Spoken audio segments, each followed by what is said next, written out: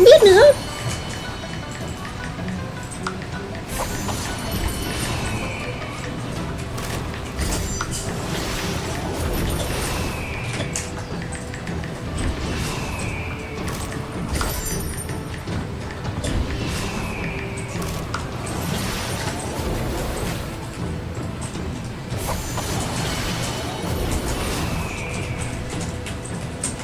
Wow. Cỡ đó ai độ cho được.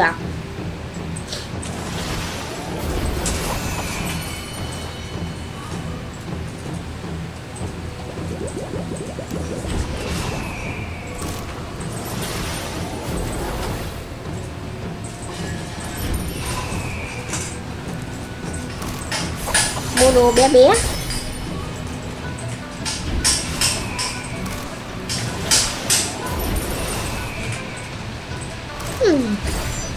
Cho tao một cái bình 300 lít vào đấy.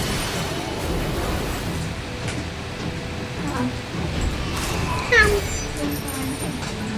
Gì trông Ngon. Không uy tín. Nhìn trông chả uy tín tí nào cả. Đừng dụ dỗ.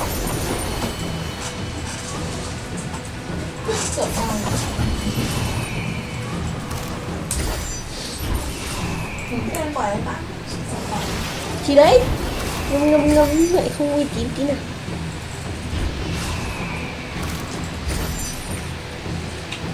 Cái tối cộng đỏ tí về ăn trụng 2 lít của trời mai chả gạo lắm. 6 chục bán 5 chục. 117 thôi. Còn là 60, 50, 50, 17 117 có lên bao tiền? Tụi em Chia đi.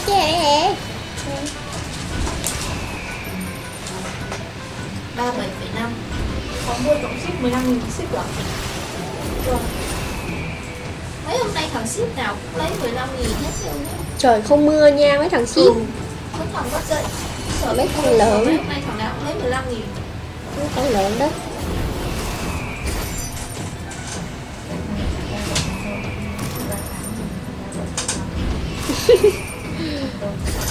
Cỡ đó nữa. Chưa bao tiền nhỉ? Chơi bao nhiêu? Bao mấy? Mà từ Chưa đây tiền cái nhà bao nhiêu? 22.000 mỗi thằng. 30 tiền bánh mì cà